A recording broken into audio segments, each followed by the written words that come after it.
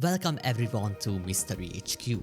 This is my complete solo guide to unlock the BO7 Zombies Dark Ops Mastery calling card by completing the 15 easiest Dark Ops challenges in the game. With Season 1 there are 27 Dark Ops challenges total, 6 still undiscovered, but you only need 15 to earn the Mastery card. In this video I will show you not just which challenges to do but how to optimize your progress, combining multiple challenges in the same match so you can unlock the Mastery card as fast and efficiently as possible. And at the end I will also cover the remaining discovered challenges plus known hints for the undiscovered ones. If this guide helps you to unlock the Mastery card, don't forget to like and subscribe, and now let's get started.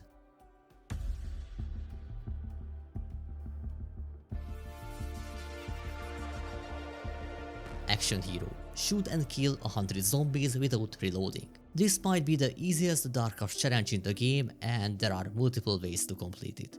The easiest method is unlocking the bad fed attachment for one of the LMGs. I use the XM325 LMG and just played until round 8, only making sure to never let the weapon overheat. You can also pack a punch it and upgrade its rarity to make things even easier. If you don't have the bad fed attachment for any of the LMGs, the stock option Bubblegum can help, or you can use Frenzied Guard with the Frenzy Fire Augment. Both of these let you fire using your stock ammo instead of reloading. That said, I still strongly recommend running an LMG for this challenge. Box Addict. Buy 30 weapons from the mystery box in a single match. Instead of needing to pull every unique weapon from the box like in past games, all you have to do here is hit the box 30 times. That's literally it. It's a very straightforward challenge and I would definitely recommend doing it in survival since the mystery box never moves in that mode.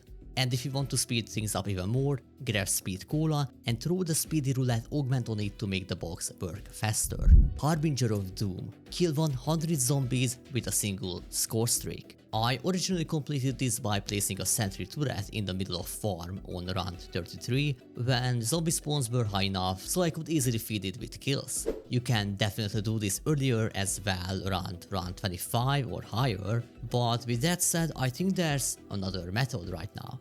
Buy an ARCXD and starting on round 25 or after, drop it on top of this haystack in the bar. Zombies can't reach it up here if you position it correctly, just keep in mind the Ravagers can jump onto the haystack and destroy your score streak.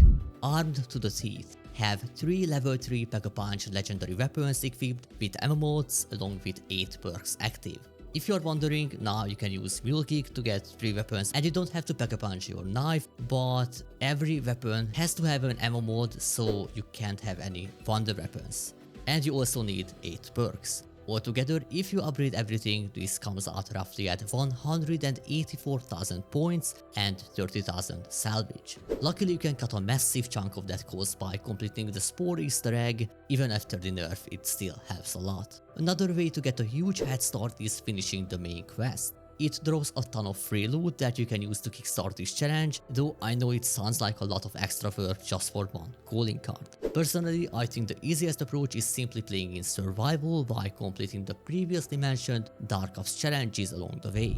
New main. Kill 1000 zombies with each of the 8 dedicated crew operators. You will know exactly which ones can't because in the operator select screen, the first 8 characters outlined in purple are the dedicated crew. The fastest way to complete this challenge is by jumping into survival, turning on the rampage inducer and farming kills. You will hit 1000 kills per operator in about 30 minutes. That means the entire challenge can be done in roughly 4 hours total, with no special steps or tricks required. During that time you can also work on the previously mentioned Dark Ops challenges to optimize your progress.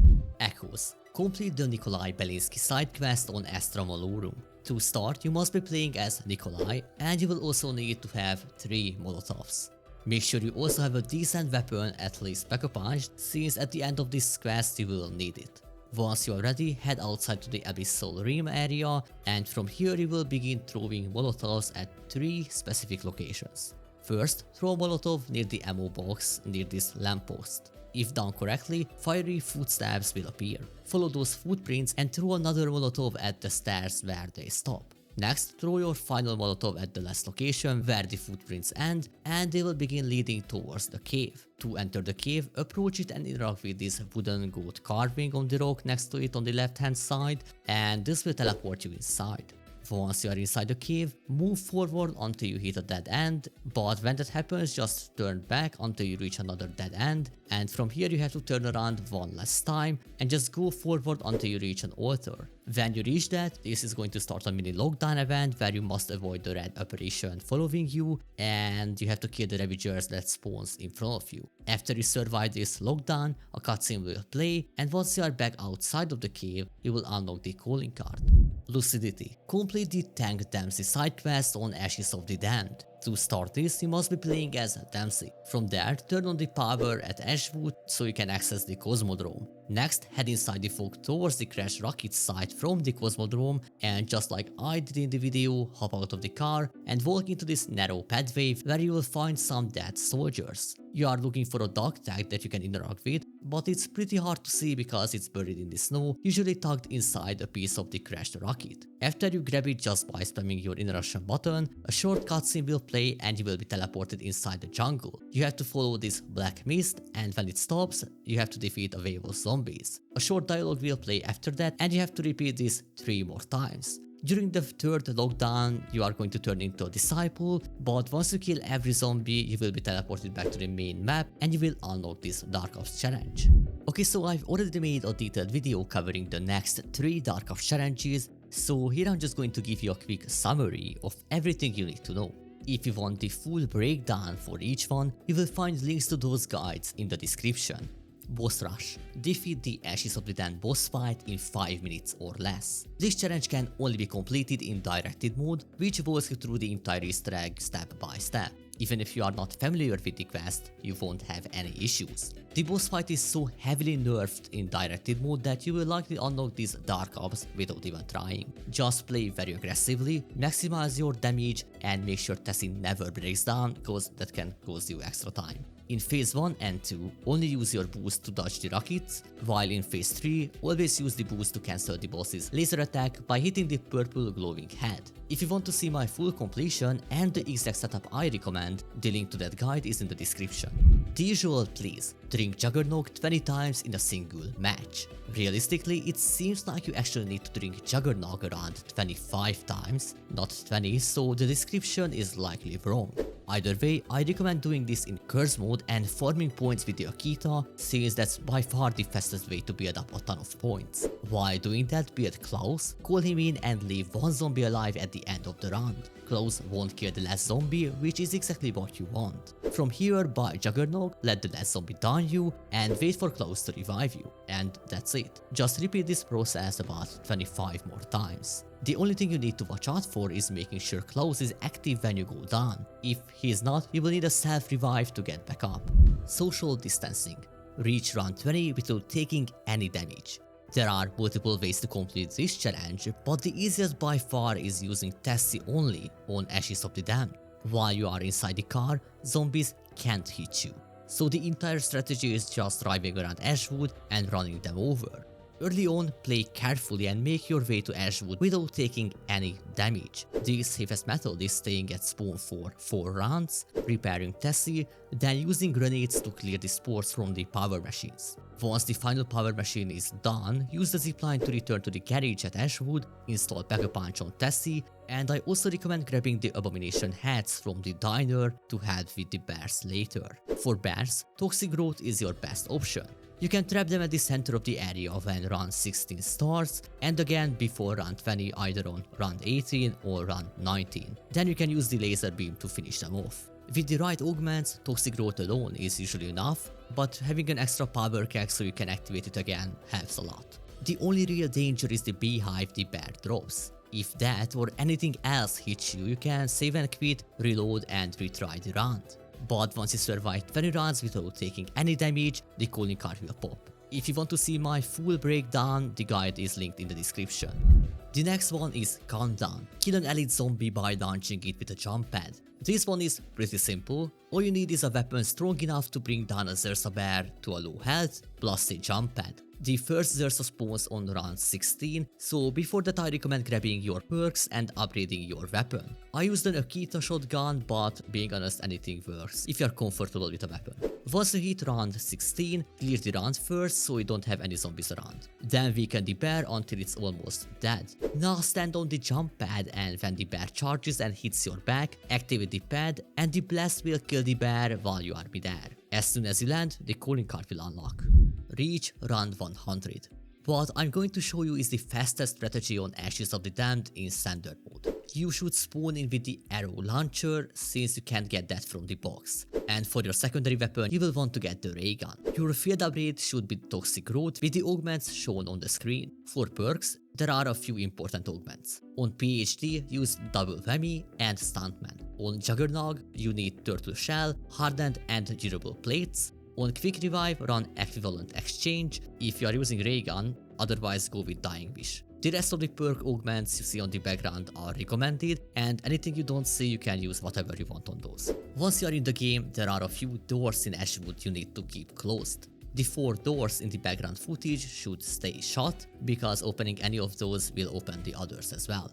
And there's also one other door that opens the door to close, that's also have to be shut. You are going to camp in this corner, by the way. Okay, the strategy itself is extremely simple and can be started on any round, but it works best once your launcher is fully upgraded, you have all perks, and you also have a ray gun fully pack-a-punched. You can also turn on the Rampage Inducer, that helps a lot making things even faster, but that's really up to you. Okay, so just stand in this corner, place a Toxic Growth in front of you, then back into the wall and jump constantly. This triggers PhD explosion, stunning and killing nearby zombies. From here you basically just jumping your way to round 100. You have to fire the arrow launcher occasionally when zombies reach the growth, but there's no need to spam it. You really have to get the hang of this, like when you have to shoot the launcher and when you don't have to shoot the launcher.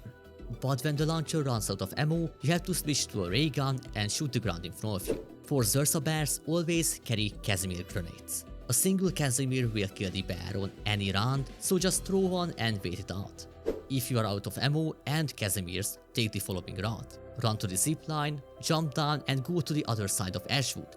Here you should activate the trap, like that's very important to not die, and buy Casimirs from the crafting table. Then carefully follow the same path, grab some ammo from the bridge, jump down, take the zipline back and return to the corner. And that's the entire strategy. Invincible. Survive to round 50 without getting downed. You can easily complete this while going for round 100, just make sure you are running Dying Wish with Quick Revive, so you can take 3 quote-unquote downs and still complete this challenge. Ingenuity. Reach round 50 with the Dragon Wings and lower spell Relic equip. Okay, so this is our first calling card from Curse mode. These 2 relics do the following. One constantly spawns mimics and the other completely disables power-ups. The best strategy is to park Tessie in front of the farm, run over zombies at the beginning of the round and jump out before Tessie breaks down and activate the trap at farm. Stand on the side closer to the barn entrance so zombies don't target you directly. You will want the ray gun to deal with the mimics, but aside from that I think it's very manageable. Once the farm trap shuts down, jump over to Ashwood, activate the trap here and stand in the same spot as me in the video so zombies can't reach you. When the trap turns off here as well, carefully follow this same route you have seen earlier by the way and jump down to the bridge, use the teleporter to get back to Tessie and repeat this loop until you reach round 50. For bears you should use Casimirs and Toxic Growth. Astronomical. Complete the Astra Malorum main quest with the Spider Fang, Civil Protector Head and Golden Spork relics active. I'm only mentioning this challenge because everyone got it for free, which means it can easily be your 15th Dark Ops. So technically you only need to complete 14 other ones and you get the mastery card. That said, if this ever gets fixed and it's being removed from everyone's profile, I think this is one of the hardest Dark Ops challenges in the game.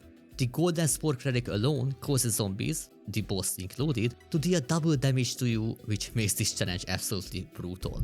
Ready for publishing. Fully research 30 items in the Augments tab. I know this is technically the 16th card, but it's the best alternative if Astronomical ever gets fixed, or if you don't want to deal with Ingenuity and all the mimics. This one is just simply time consuming but very straightforward. All you need to do is fully research every item currently available in Season 1.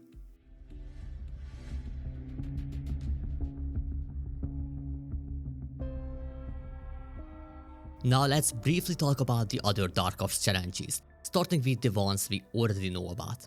First up is the one, which requires you to reach round 999.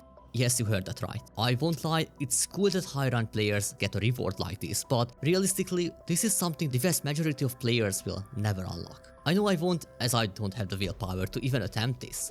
We are talking about well over 100 hours in game time, and that's not even like considering that you might crash during the process. Next, there's the challenge for killing 1 million zombies. This is a returning Dark Ops challenge, and I've unlocked this one in every previous title just by playing the game naturally. It still takes an insane amount of playtime though. I usually ended up unlocking it around the end of the game's life cycle. Next we have 2 calling cards tied to the Ashes of the Damned main quest. Showboat is earned by completing the quest on round 100 or higher, while hard mode requires to finish the quest with the Blood Virus, Dragon and Boss Relic all active. I think it's pretty obvious why the round 100 boss fight is a nightmare.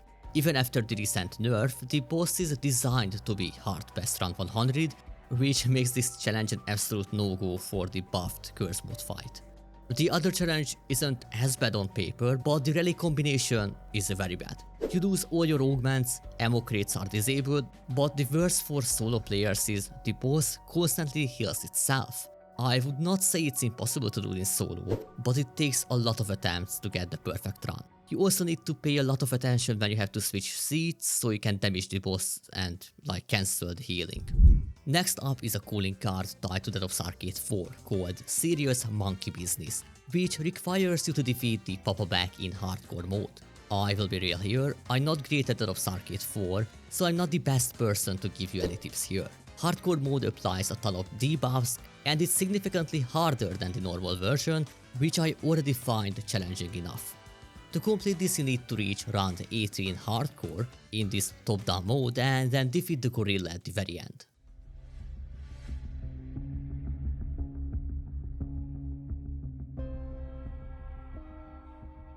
And finally, let's talk about what we don't know yet. Here are the 6 Undiscovered Dark Ops challenges. We don't know their names or the exact unlock requirement, but we can look at the calling cards themselves and make some guesses.